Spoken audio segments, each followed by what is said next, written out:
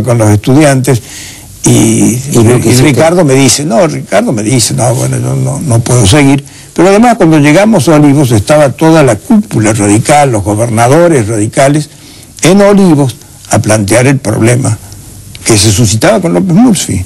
Y como la prensa alentaba llamar a Cavallo, eran tapas de los grandes diarios, no sé si el de ustedes... que Kirchner tiene razón, de que la prensa imponía los temas. No, pero digamos el estado de la sociedad a la cual había que devolverle confianza, planteaba que alguien como Cavallo volviera pensando que él podía poner equilibrio en los mercados y arreglar los problemas con el Fondo Monetario Internacional. Cavallo pensó que era más sencillo arreglar el problema, que se solucionaría más fácil. Que lo que no podía López Murphy lo iba a poder él. Sí, pensó, pero tal vez tenía razón. Lo que no imaginó, la actitud hostil del Fondo Monetario por otros motivos. Y entonces ahí, al encontrarse él con una pared, el gobierno se encontró con una pared y Argentina se encontró con quienes te empujaban abajo de la pared. Después vienen las fuerzas políticas bonaerenses y con esos dos elementos destruyen tu gobierno. Lo que se presenta como un episodio social histórico no fue ni social ni producto, ni tiene valor histórico. O sí, eso fue una coincidencia entre esa cúpula del justicialismo bonaerense con el Fondo Monetario Internacional y los grandes grupos económicos locales que querían una devaluación para enjugar sus deudas. Pero el Fondo Monetario estaba presidido por Keller. Keller era alemán, hoy es presidente de Alemania. Y los alemanes se molestan mucho cuando se anula un contrato con Siemens, como hice yo. El canciller Schroeder me había escrito, me había hablado pidiendo que se mantuviera ese contrato de los DNI y yo, sin embargo, lo anulé, lo revoqué y lo dejé sin efecto. ¿Me vas a contar más detalles de eso? De algunas ideas que decidimos conversar, porque esto no es solo histórico, sino que queremos ver verdaderamente si el gobierno que dice que ha buscado, que busca mayor institucionalidad, mayor calidad institucional, si verdaderamente la cumple. La vamos a discutir ahora también con De la Rúa.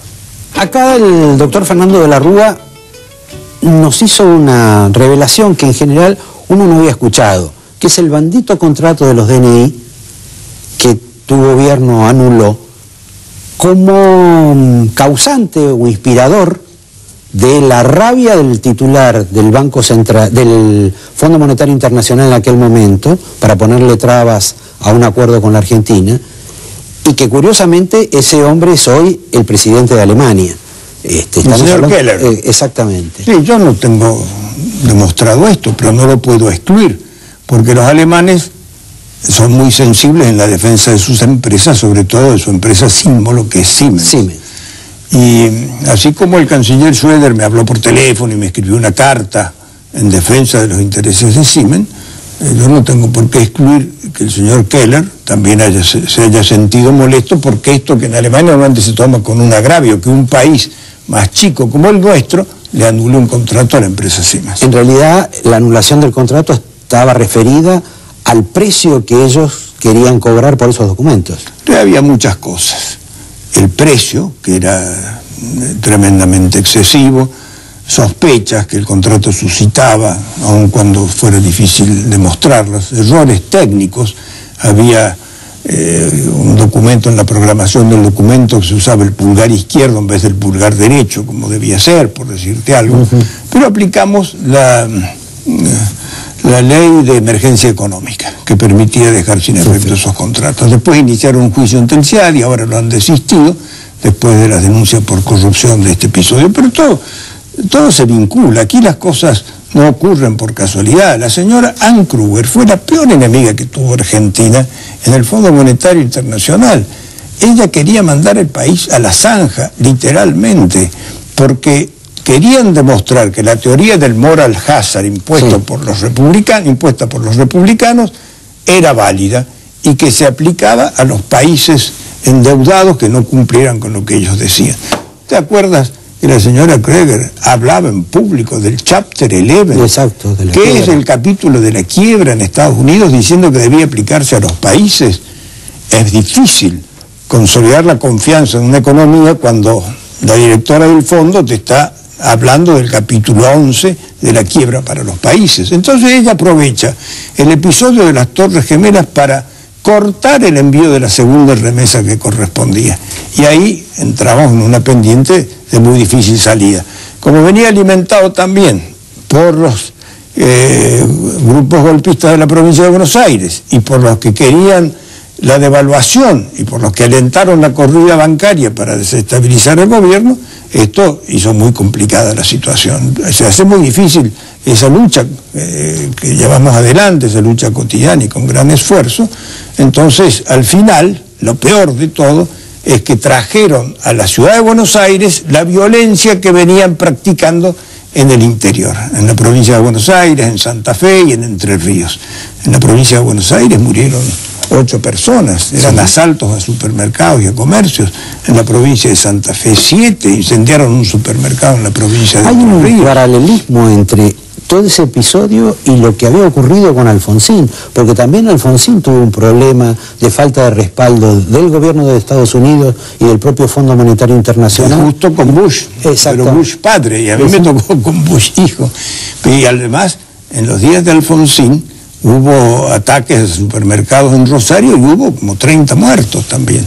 Es decir, estos grupos que quieren tomar el poder por asalto no tienen ningún escrúpulo en impulsar la violencia y la tragedia para lograr sus objetivos. Si esos días, en vez de este asalto al poder, se pone grandeza y logramos hablar entre todos, llegar a una síntesis, afrontar juntos los problemas, se hubiera evitado el default, se hubiera evitado la devaluación y la especificación asimétrica en la forma que se hizo, y hoy estaríamos en la situación de Brasil, sujetos de crédito y de inversión. Ahora se está tratando de mejorar la situación financiera internacional, volviendo al fondo, pagando los holdouts, pero así como Brasil va a conseguir créditos al 5 o 6%, nosotros no sé. El ministro de Economía dice que espera que sea de un dígito.